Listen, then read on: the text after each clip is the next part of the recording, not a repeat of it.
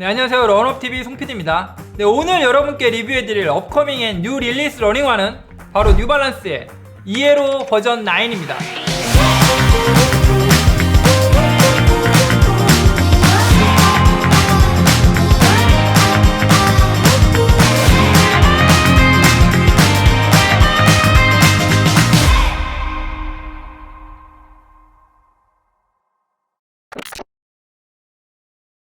네, 오늘 리뷰해드릴 이 이에로 버전 9은요 2월 27일에 출시 예정인 예정작입니다. 그래서 뉴발란스로부터 제품을 제공을 받았고요. 트레일 러닝화는요 로드 러닝화와 달리 리뷰할 때도 새로운 접근 방식이 좀 필요하다고 제가 생각을 했습니다. 그래서 제품에 대한 리뷰에 앞서서 앞으로 제가 런업TV에서 트레일 러닝화를 리뷰할 때 어떻게 접근할지 그 프레임워크에 대해서 먼저 간단하게 설명드리고 제품에 대해서 알아보도록 하겠습니다.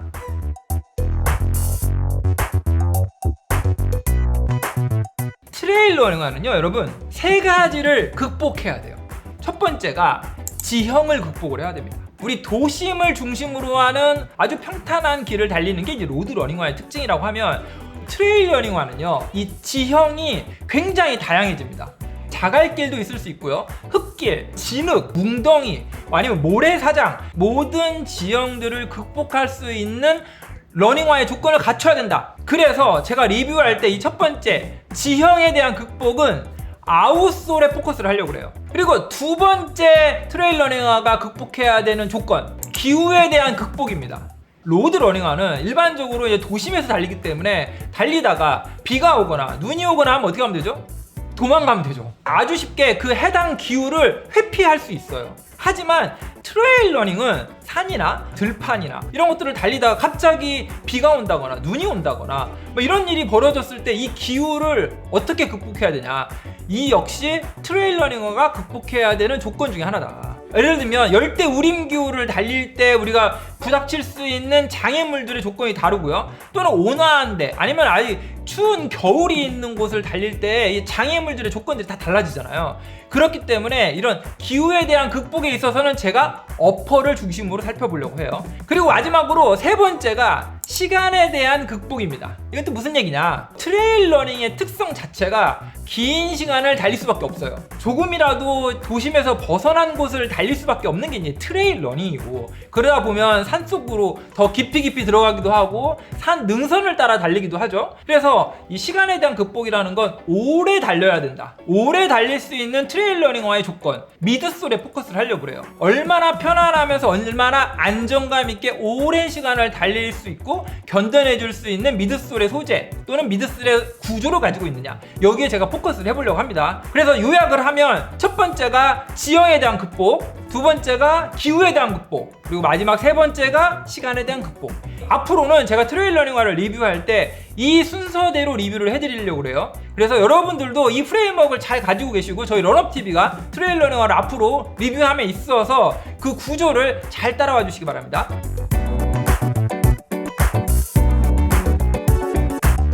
이 지형에 대한 극복에 있어서 가장 중요한 건 제가 볼 때 바로 그립력이에요. 뉴발란스에서 밝히고 있는 이 아웃솔의 키워드가 있습니다. 그건 뭐냐면 bigger and deeper. 이 트레드의 사이즈를 조금 더 키웠다, bigger and deeper. 러그의 깊이를 더 깊이 있게 만들었다가 특징입니다.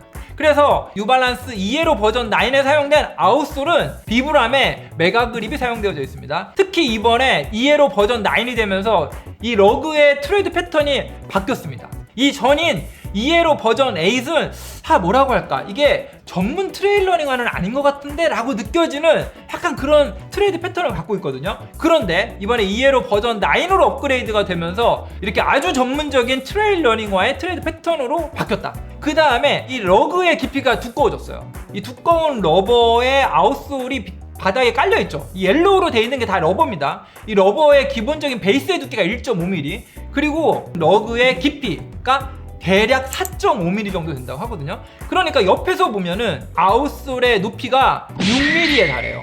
그러니까 굉장히 넓어지고 커지고 깊이가 깊어졌다. 지면을 꽉 움켜쥐는 접지력이 좋아졌다. 이렇게 이해를 하시면 됩니다. 이를 통해서 이에로 버전 9이 이 지형에 대한 극복력을 높였다. 이렇게 이해를 하시면 좋을 것 같습니다.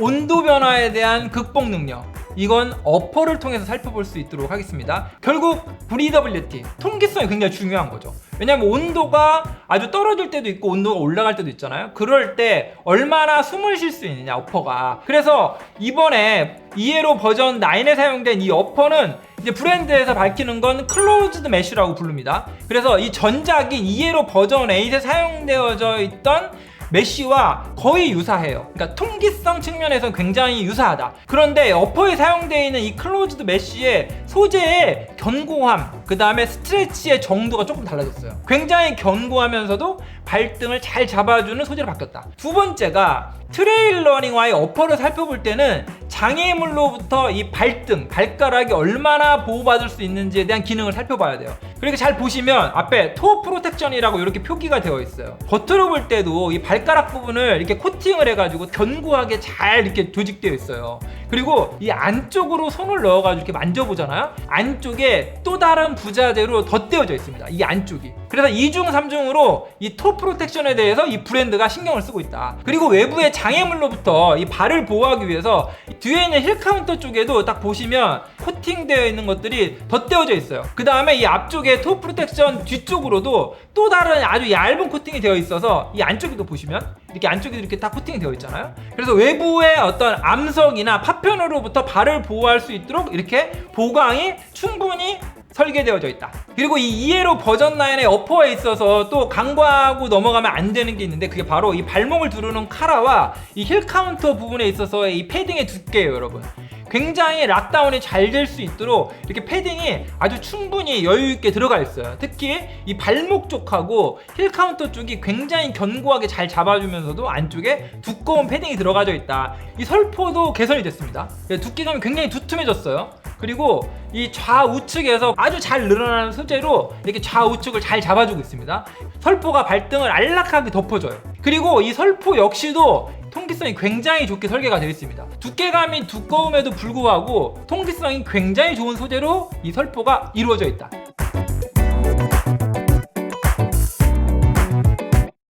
세 번째, 마지막, 시간에 대한 극복에 대한 부분입니다. 오랜 시간 장거리를 달리는 데 있어서 가장 중요한 건 결국 반복적으로 이루어지는 이 충격을 얼마나 잘 흡수하느냐거든요. 이 부분은 바로 미드솔의 소재와 미드솔의 구조에 달려있다. 이 미드솔이 외관상으로는 그냥 앞에 보이는 것처럼 쿠션화에 적용되는 프레시폼 X 미드솔 소재가 사용되어 있다. 그런데 브랜드에서 밝히는 이에로 버전 9에 사용된 프레시폼 X는 듀얼 덴시티 프레시폼 X 미드솔이 사용되어 있다. 이중 밀도 폼을 사용했다는 거죠. 이 미드솔의 상층부에는 소프트한 프레시폼 X, 이 하층부에는 조금 더 밀도가 높은 프레시폼 X가 하나의 원피스로 이루어져 있다. 그래서 컴포트와 안정감을 동시에 잡았다. 그리고 안정감 측면에서 또 하나 여러분들이 놓치면 안 되는 게 있는데, 그게 바로 이 베이스의 면적이에요. 포어프 쪽, 미드프 쪽, 그리고 리어프 쪽에 전체적으로 지면과 닿는 면적이 굉장히 넓고요.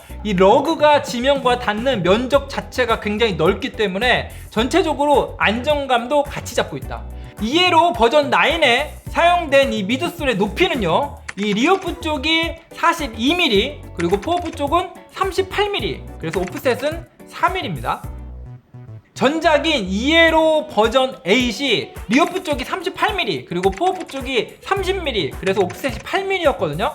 그래서 신었을 때 그 높이의 차이, 이런 것도 여러분들이 바로 느끼실 수가 있고요. 미드솔의 높이가 높아졌지만 안정감도 역시 강화되었다.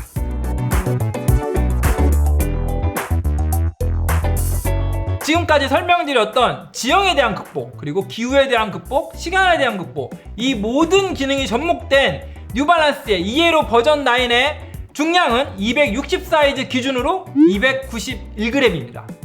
이 뉴발란스가 이 이에로 버전 9의 경쟁 모델로 생각하고 있는 모델이 있는데요. 그건 바로 제가 리뷰해드렸던 바로 호카의 스피드 고트라는 모델입니다. 트레일 러닝을 처음 시작하는 많은 트레일 러너들이 구매해서 신는 러닝화예요. 스피드 고트 5는요 260 사이즈 기준으로 262g이었습니다. 중량 측면에서는 아직 호카의 스피드 고트와 경쟁하는 데 있어서 조금 더 경쟁력이 떨어진다, 이렇게 볼 수도 있겠죠. 중량 측면에 있어서는 그렇게 가벼운 신발은 아니다.